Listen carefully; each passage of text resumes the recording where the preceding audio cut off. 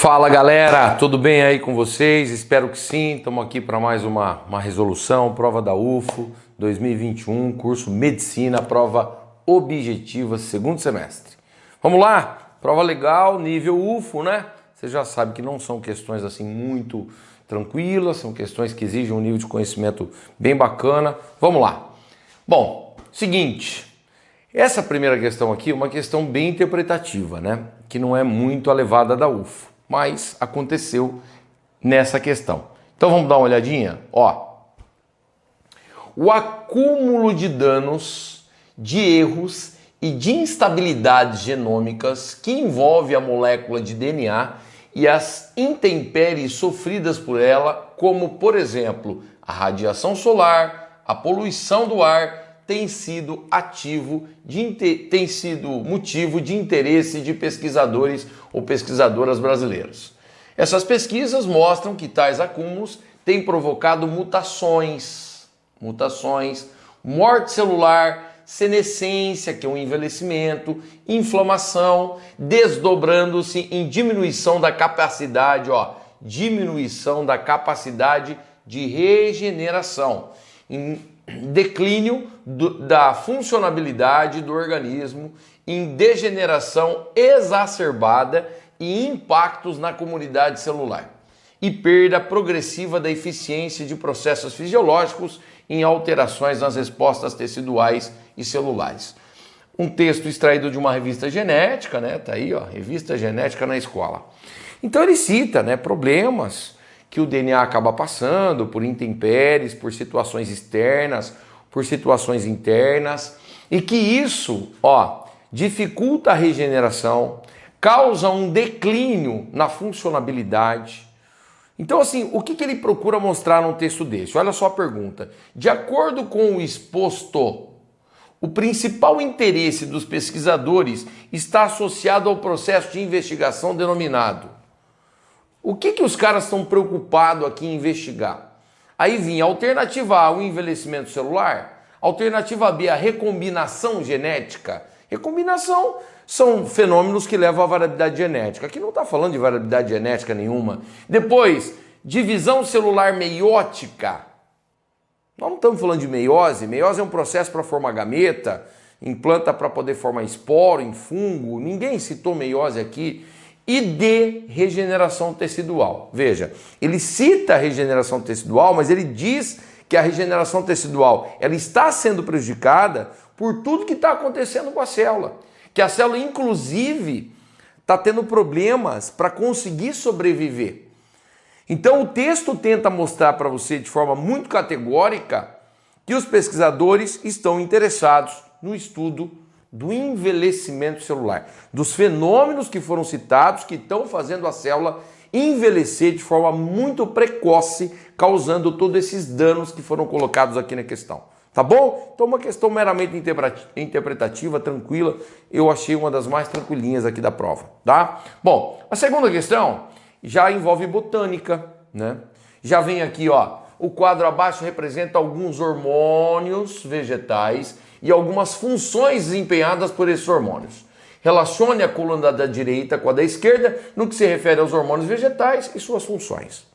Então ele vem com uma lista de hormônios, olha, ele pega os 5 grandes hormônios que nós estudamos em botânica, pega as auxinas, citocinina, giberilina, ácido abscísico, etileno, e aqui coloca uma lista com 5 funções, que é para você associar o hormônio citado com a sua principal função. Então, eu aproveito para fazer aqui uma revisãozinha rápida com você. Você sabe que as auxinas, né, na verdade, representam uma categoria de hormônios, onde a auxina mais assim badalada e mais comentada é o AIA, ácido indolil 3-acético. Bom, onde ele é produzido? Células meristemáticas, no ápice do caule, ápice da raiz, folha jovem, fruto, embrião, transporte polarizado, vai da região onde ele é produzido, que é onde tem mais hormônio, para o centro da planta. Então a gente considera isso como sendo um transporte polarizado, do ápice, sempre da região periférica para a base, né? E as funções que o AIA tem são, alongamento celular. O AIA é um hormônio que ele está muito atrelado com o desenvolvimento do vegetal, fazendo a planta crescer, né? Mas um crescimento por alongamento. Ele estimula a célula a ficar comprida. É o único hormônio que faz isso? Não. A gibberelina também tem essa capacidade, né? Mas tá aí, é um dos hormônios que a gente mais comenta em aula. Também tem a ver com o desenvolvimento da planta, ou seja, estimula o aparecimento de tecidos, estimula a diferenciação celular. Então, um hormônio aí bem importante. Gibberelina. Gibberelina, gente, o que acontece? Sintetizada em tecidos apicais. Deixa eu pegar a canetinha aqui, olha lá. Ó, né? Em locais assim muito parecidos com os pontos onde o AIA é produzido. Também na região periférica da planta.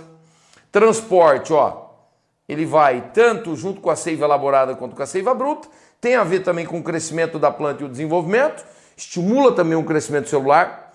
E a gente costuma dizer que a gibberelina, ela tem uma função assim muito importante. Que a gibberelina, de tudo que ela faz, é o hormônio que está muito atrelado com a parte de germinação, sabe? A gente bate muito nessa tecla. A gibberelina é um hormônio que, quando você tem uma semente, você tem um embrião dentro da semente, geralmente, dentro da semente está faltando água. Existe ali um estresse hídrico e o embrião produz o ABA, que é para diminuir a atividade metabólica, para não consumir muitos nutrientes da semente, o endosperma. Quando entra água, para-se o ABA e geralmente o hormônio que vem e que vai fazer toda uma transformação bioquímica naquele local é a gibberelina. E aí você começa a ter toda uma transformação e você começa a ter um desenvolvimento ali, né, na semente. Então, muito atrelado com a germinação da planta, tá? Depois nós temos a citocinina, né? Citocinina é um hormônio produzido principalmente na ponta da raiz, também produzido pelos embriões, importantes para o desenvolvimento do fruto, transportado pelo xilema principalmente, porque ele vem de baixo para cima, né? E ele tem a ver, ó, regular a divisão celular, controlar a dormência, tem efeito anti-envelhecimento, mas o que a citocinina mais faz é estimular a mitose, é fazer com que as células realmente se multipliquem para que você tenha um crescimento, seja do caule, seja da raiz, seja da gema lateral, em termos de mitose. Ele estimula a divisão celular, faz com que as células se multipliquem para que aquela estrutura possa aumentar em termos de comprimento. É a principal função da citocinina. Olha lá. Ó, controle da dominância apical. Por quê, né? A gente costuma dizer que quem domina o crescimento é o ápice, né, do caule, né? E o ápice do caule, ele tem uma capacidade de produzir AIA muito grande. E esse AIA, ele desce e ele muitas vezes chega na lateral da planta e dá uma taxa alta. E aí mesmo que a citocinina chegue, se tiver muito AIA, você não tem como fazer mitose. Porque o excesso de AIA inibe o crescimento da célula. E a célula, se não crescer, não faz mitose. E a gente costuma explicar muito isso nas aulas, que quando você faz uma poda, né, quando você corta a ponta do caule, você tira esse excesso de AIA, aí a citocinina chegando, aí você consegue ter uma mitose bacana e a planta então tem desenvolvimento. Então a citocinina tem a ver também com a dominância apical, tem essa relação muito forte com o AIA. O ácido abscísico, né, olha lá, produzido pelos tecidos meristemáticos, por folhas maduras principalmente, né? Transporte pelo xilema e pelo floema. E dá uma olhada quanta função o ácido abscísico tem, ó. Inibir o crescimento da planta, induzir a dormência da semente, aquilo que eu falei para você. Geralmente o ABA é conhecido como hormônio do estresse. Geralmente o ABA é lançado quando a situação não é favorável. Então você pode perceber que ele está querendo inibir. Dá uma olhada, olha lá, ó. Induzir o envelhecimento de folhas, flores e frutos. Induzir o fechamento dos estômatos. Se você tiver falta de água, esse ABA chega nas células estomáticas, ela começa a bombear potássio, perde água, o estômago começa a fechar. Olha lá, o ácido abscísico é conhecido como hormônio do estresse em vegetais. Ele procura retardar as coisas, né? E o etileno? O etileno é um hormônio gasoso, né? Produzido em resposta ao estresse, escuro, seca, inundação, pressão mecânica, lesão, infecção, né? Acontece o seu transporte por difusão, uma vez que ele é um gás, também é detectado no xilema e no floema. aparece durante o amadurecimento dos frutos, durante a morte da célula, e dá uma olhada quantas funções ele tem, né? Resposta ao estresse, senescência, que é o envelhecimento, abscisão foliar, ele tem a ver com a queda da folha, mas sua principal função é o amadurecimento dos frutos. Se você perguntar numa aula, um aluno que assistiu botânica aí, uma aula bem dada, tal, o que mais fica na cabeça do aluno, até por uma questão prática, é que o etileno tem a ver com o amadurecimento dos frutos. É um hormônio que tem essa ação e isso fica na nossa cabeça, porque a gente, né, come muito fruto e sabendo que é ele, o hormônio que faz o fruto ficar maduro, isso é uma coisa que chama muita atenção e é natural que seja assim, né? Bom, aí vem a questão. Veja bem, eu quero que você perceba, dá uma olhada. Se você tivesse percebido etileno, tá vendo aí, ó? Promover o amadurecimento de muitos tipos de frutos, ó. Tá vendo? 5 com B, ó. Aqui, ó, o 5 tá com D, aqui ele tá com C, ó, é aqui que ele tá com B, ó. Percebe isso ou não? Olha lá o outro, ó.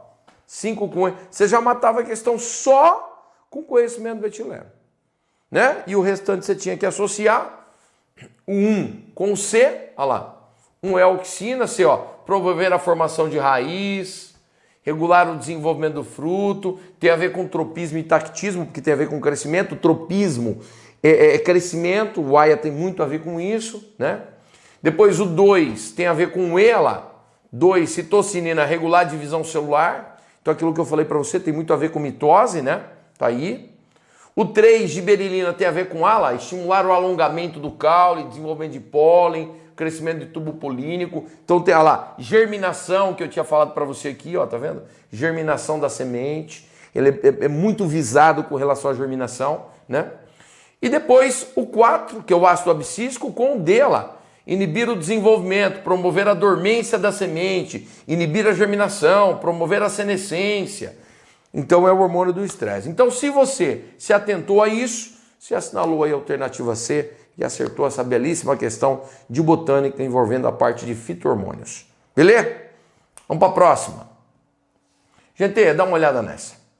Isso aqui é uma questão que envolve um pouco de fisiologia, envolve a parte do sistema nervoso, um pouquinho de endócrino, que diz assim, ó, sobre o hipotálamo, lembra onde fica o hipotálamo? Aquela região que fica acima da hipófise, né? Sobre o hipotálamo, analise as seguintes afirmativas. E aí vem, constitui um centro de controle que inclui o termostato do corpo, controle de temperatura, controla a fome, sede, participa da regulação da glândula hipófise, é o centro de aprendizagem, emoção, memória, percepção, realiza a coordenação e a verificação de erros durante as funções motoras e perceptivas. E aí ele quer saber dessas funções todas, o que o hipotálamo faz. Gente, dá uma olhada. O hipotálamo tem a ver com o controle da temperatura corporal. O hipotálamo tem a ver com o controle do balanço hídrico, porque ele produz um hormônio que é o ADH, que é o hormônio antidiurético. Coloca isso na neurohipófise, ela depois libera, e esse hormônio ele realiza um processo de reabsorção de água.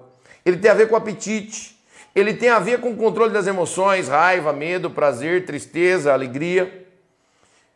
Efeito controlador sobre a hipófise, olha lá, tem direta participação no mecanismo de homeostase. E aí dá uma olhada aí, ó. Recebe informações trazidas por nervos provenientes do corpo e de outras partes do encéfalo, e suas células produzem hormônios que atuam sobre a hipófise.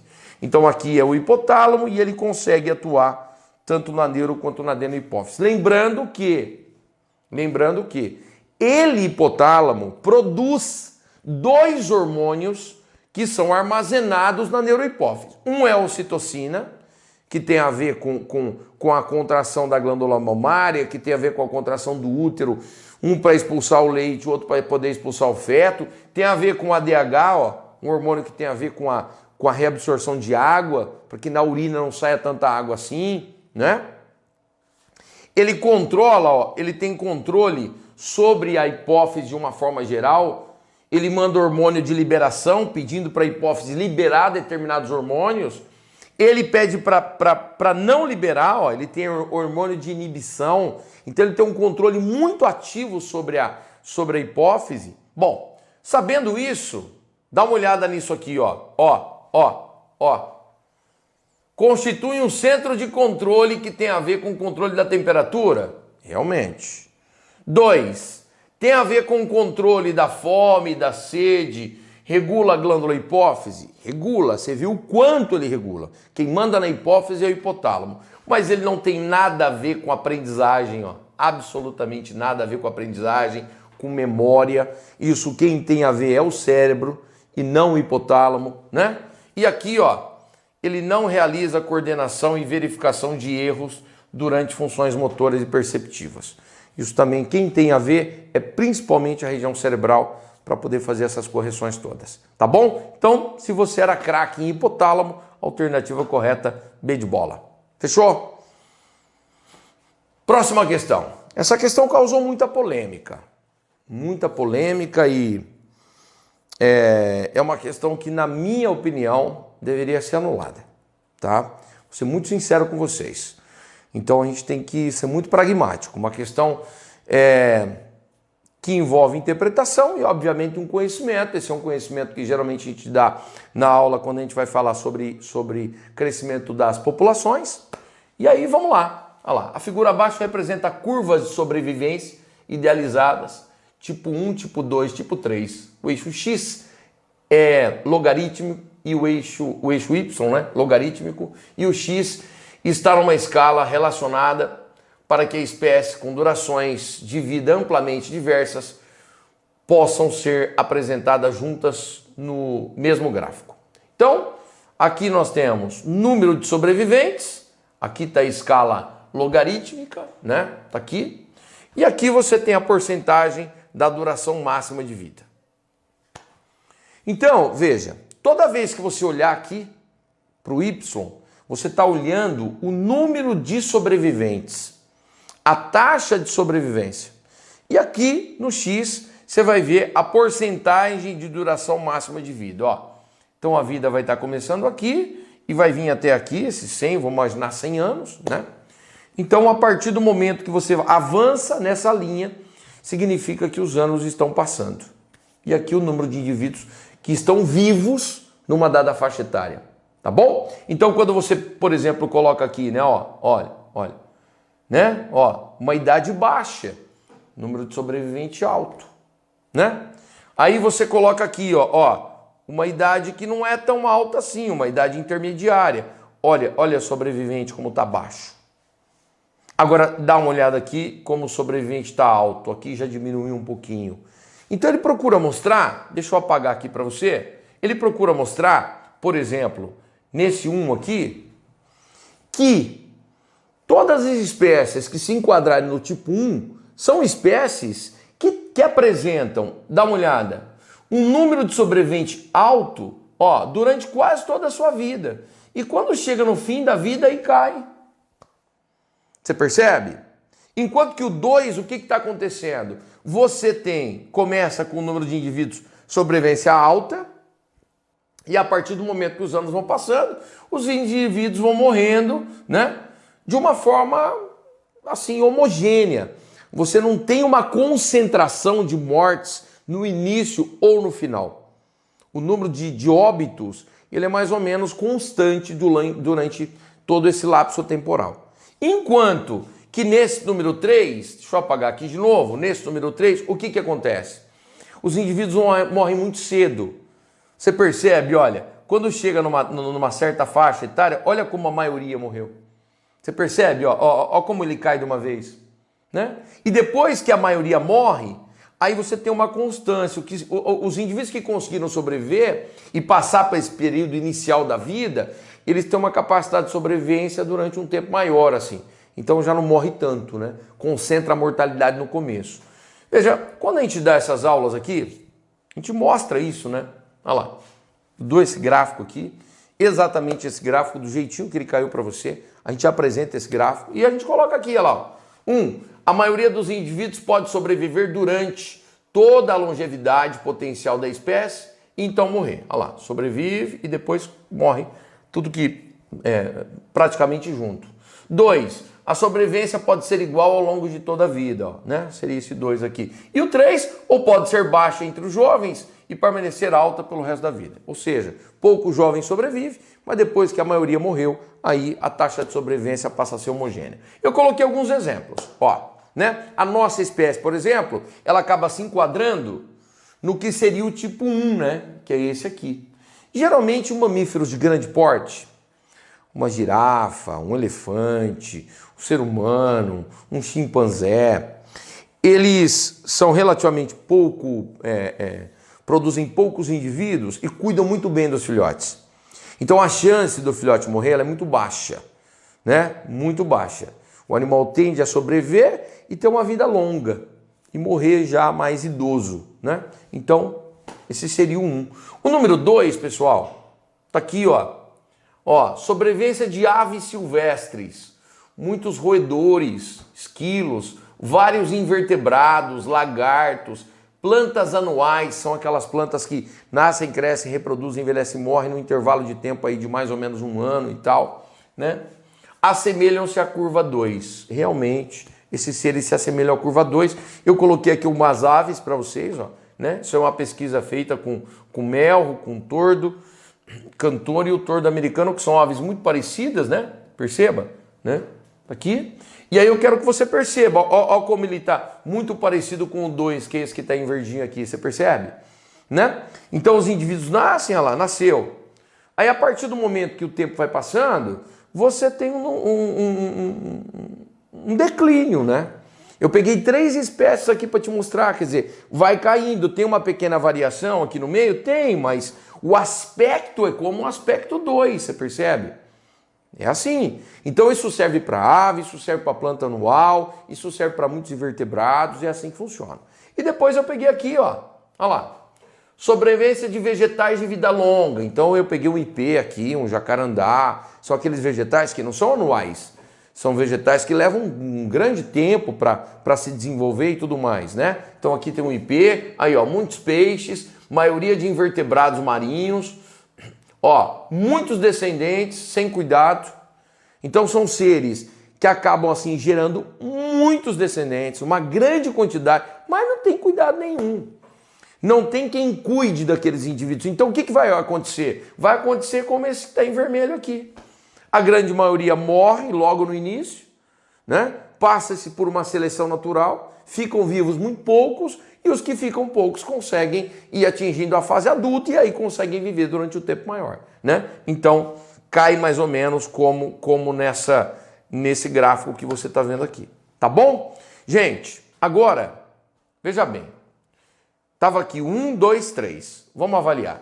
Ó, a curva tipo 1, tá aqui, ela representa mamíferos de grande porte, realmente,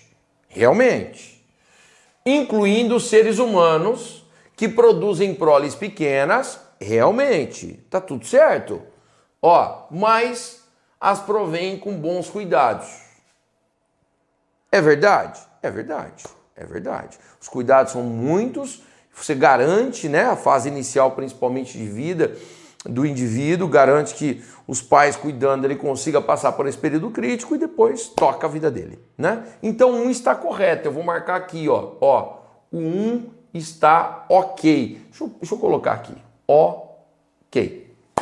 Fechou? 2. A 2 diz assim, ó, a curva tipo 3, vamos lá ver a 3? Ó, 3 aqui, ó, curva tipo 3. Voltando, a curva tipo 3 está associada a organismos que produzem números muito pequenos de descendentes e proporcionam pouco ou nenhum cuidado, como, por exemplo, muitos peixes, cara, já fica errado aqui, a maioria dos invertebrados marinhos, cara, esses caras produzem uma quantidade de filhotes muito alta, é absurdamente alta, né? Morre muito depois. Realmente a taxa de mortalidade é altíssima, mas você de início tem um número muito elevado de indivíduos. Então, esse tipo 3 aqui não condiz com a realidade, né? Olha lá, aqui ó. Deixa eu voltar aqui um pouquinho, olha lá, tá vendo? Ó, tá vendo?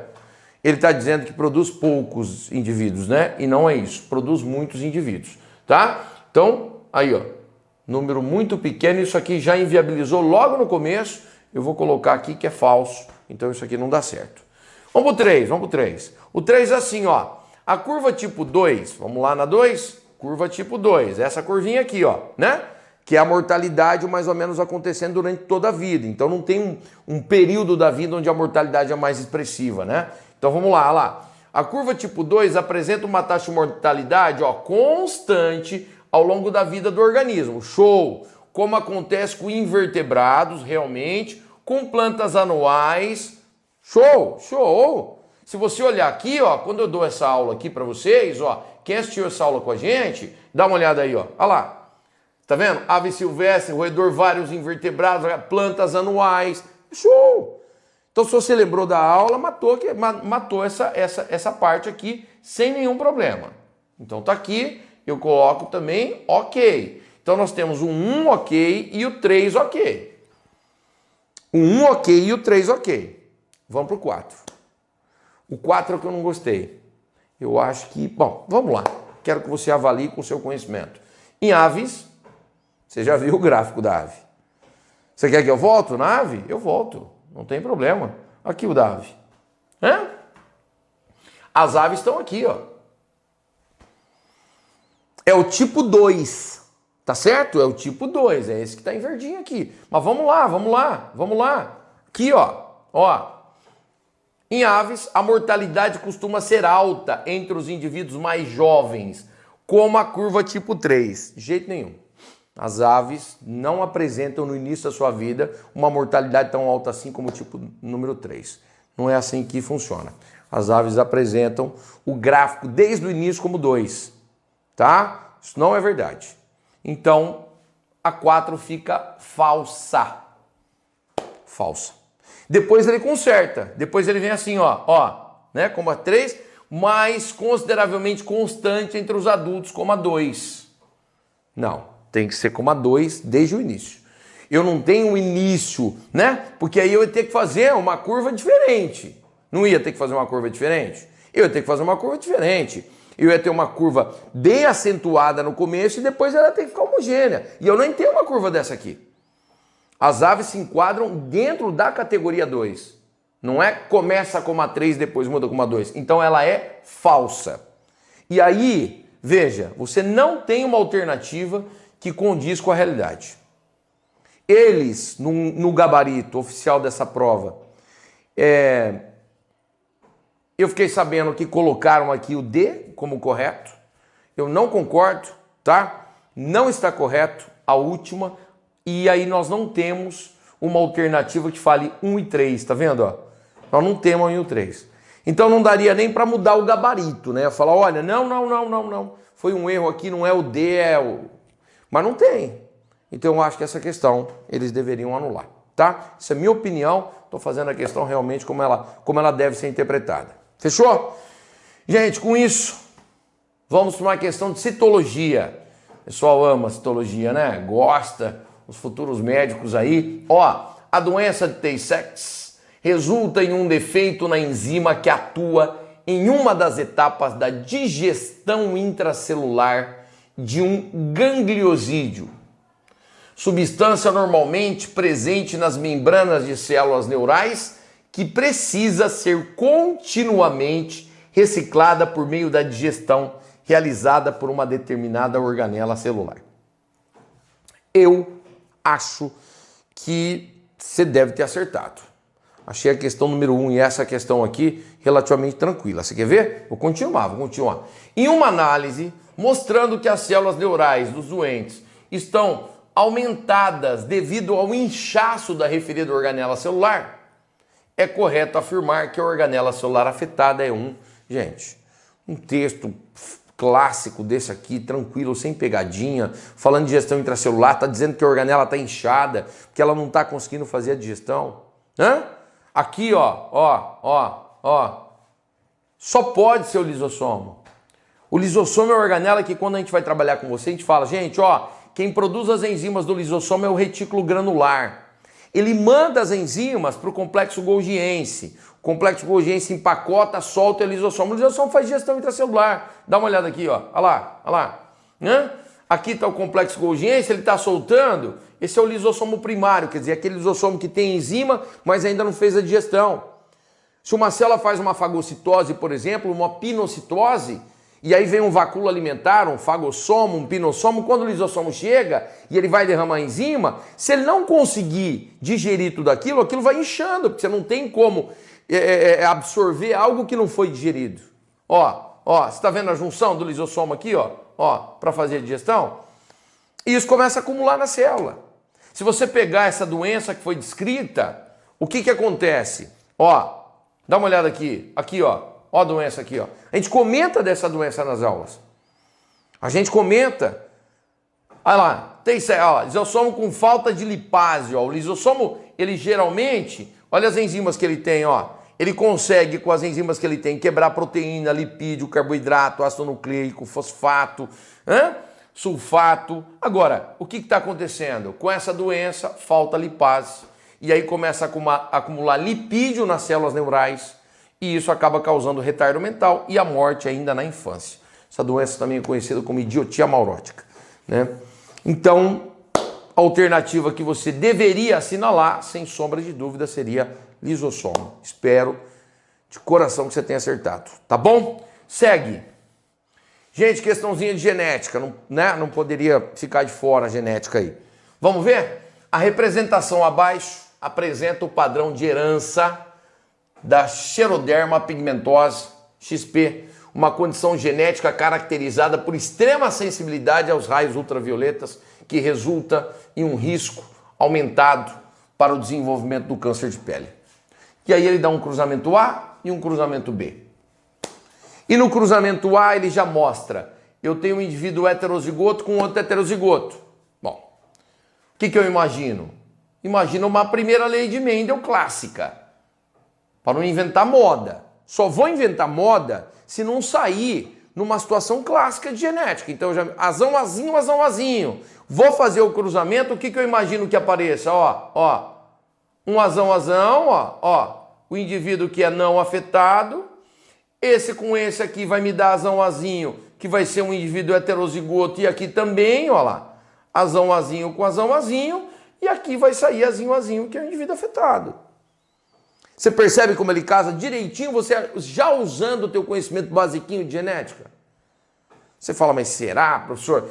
Ó, tenta aqui, heterozigoto, azão, azinho. O indivíduo afetado, então ele é recessivo, faz o cruzamento, ó lá, azão, azinho, ó lá, azão, azinho. Vem aqui, ó lá, azinho, azinho, e esse aqui, azinho, azinho. Né? Tá aí. Aí vamos ver o que ele pergunta? Aí ele vem, com relação ao referido padrão de herança, analise as afirmações. Então, o que eu fiz naquele outro slide, eu fiz aqui para você, olha lá. Eu peguei o cruzamento 1, peguei o indivíduo sendo azão, azinho com azão, azinho, fiz o cruzamento, olha lá. Vai me dar aqui, ó, azão, azão, vai me dar aqui azão, azinho, vai me dar aqui de novo azão, azinho e vai me dar aqui azinho, azinho. Olha lá. Peguei o cruzamento número 2, que foi um heterozigoto com o indivíduo com a doença, e aí fiz isso aqui, ó lá, esse com esse, ó, né? Azão, azinho, esse com esse aqui também azão, azinho, esse com esse aqui também azinho, azinho, e esse aqui azinho, azinho. Ó o que sai. E aí ele fala assim, ó, a xeroderma pigmentosa tem probabilidade de se manifestar em 25% dos descendentes de um casal saudável heterozigoto que apresente um alelo alterado. É verdade? É verdade. Aqui, ó, olha lá, 25%. Se o casal for heterozigoto, a chance de nascer um indivíduo com xeroderma pigmentosa é de 25%. Então, tá ok. Deixa eu colocar aqui, ó, para você. Verdadeiro.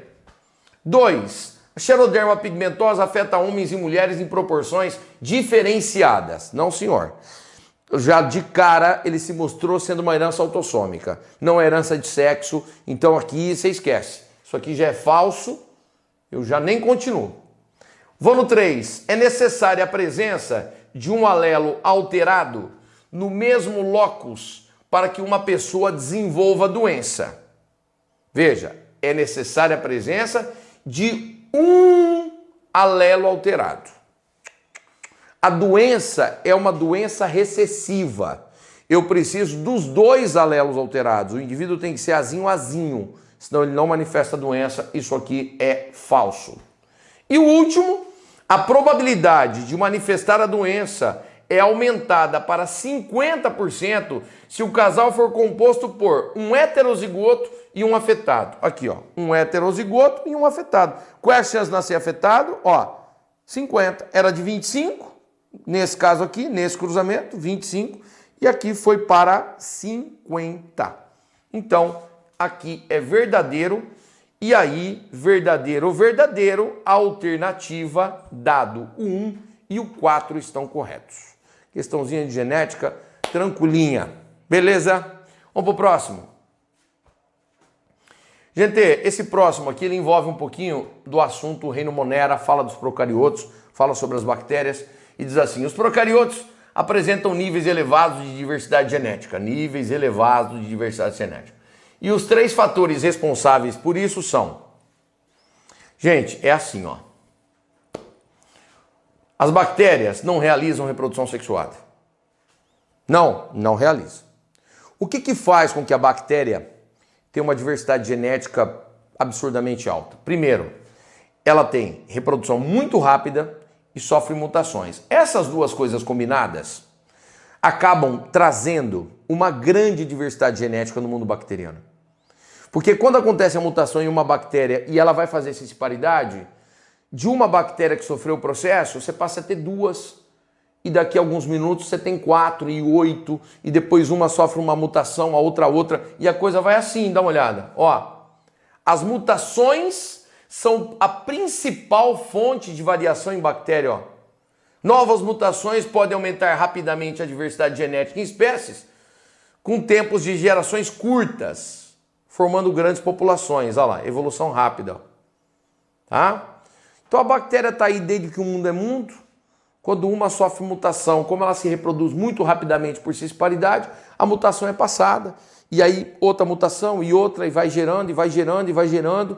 E essa reprodução muito rápida, junto com a mutação, acaba trazendo muita variabilidade. Além disso, existem 3 mecanismos que a gente conhece como recombinação gênica, que também acabam trazendo variabilidade. Existem situações que nós aprendemos na aula de bactéria, você deve lembrar disso, que bactérias encostam uma na outra e que elas, através dos pilis, os pelos sexuais, elas conseguem duplicar material genético e transferir material genético de uma bactéria para outra. Né? A gente chama isso de conjugação. Então existe essa possibilidade de passar plasmídio, pedaço do cromossomo bacteriano. Existe ainda uma situação onde vírus se reproduzem dentro de uma bactéria e dentro do vírus ficam pequenos pedaços de DNA bacteriano. A hora que ele vai na próxima bactéria, ele leva esse DNA da onde ele nasceu e põe na outra bactéria. A gente chama isso de transdução. E ainda existe um fenômeno que eu acho assim absurdamente... É fantástico, porque a bactéria consegue fazer transformação. O que é transformação? Ela consegue absorver DNA exógeno. Se ela encostar num DNA e esse DNA estiver íntegro, ela consegue absorver um DNA de um ser qualquer e colocar no seu citoplasma. E aquele DNA passa a ser ativado dentro da bactéria. Então essas 3 coisas, conjugação, transdução, transformação, são considerados como fatores de recombinação. Então você ia olhar aqui, né? As bactérias apresentam níveis elevados de diversidade genética. Reprodução sexuada? Não. Reprodução sexuada? Não. Reprodução rápida? Sim, sim. Motilidade? Nada a ver, né? O que é essa motilidade, meu Deus do céu? O que tem a ver uma coisa com a outra? Aí vem mutação, show, recombinação genética. São os 3 fatores que eu acabei de mostrar para você. A alternativa aqui seria C. Fechou, gente? Mais um aí para sua lista de questões acertadas, eu espero muito. E aqui uma questãozinha, show de bola, falando um pouquinho sobre métodos contraceptivos, falando sobre a reprodução humana. Fala assim, ó, a figura abaixo apresenta os mecanismos de métodos contraceptivos. As setas horizontais indicam onde os métodos, os dispositivos ou os produtos interferem nos eventos, desde a produção de espermatozoide e do oócito primário até a implantação de um embrião humano em desenvolvimento. E aí ele passa todo esse fluxograma aqui, né? Então ele passa aqui o homem, ó, evento, ó, produz espermatozoide, ele põe o A aqui, ele quer saber o que é o A. Quer dizer, vai produzir espermatozoide, ó, transporte de espermatozoide pela uretra. Então você vai fazer alguma coisa aí no A para que esse transporte não passe pela uretra. E aí você tem aqui, olha lá, da uretra para ser depositado na vagina. Você pode ter abstinência, não ter relação sexual, você pode usar um preservativo, você pode ter o coito interrompido, né? Na hora da ejaculação retirar o pênis para não ejacular no corpo da mulher. Aí ele vem, olha lá, movimentação do espermatozoide no trato reprodutivo feminino. Então ele já foi colocado. Aí, ó, já se encontrou, união do espermatozoide e implantação dele no endométrio. Desse lado aqui, na mulher, olha lá, produção do ovócito, olha lá, pílula. Para quê? Para que o ovócito primário não vire o ovócito secundário e não tenha ovulação. A pílula age para não ter ovulação.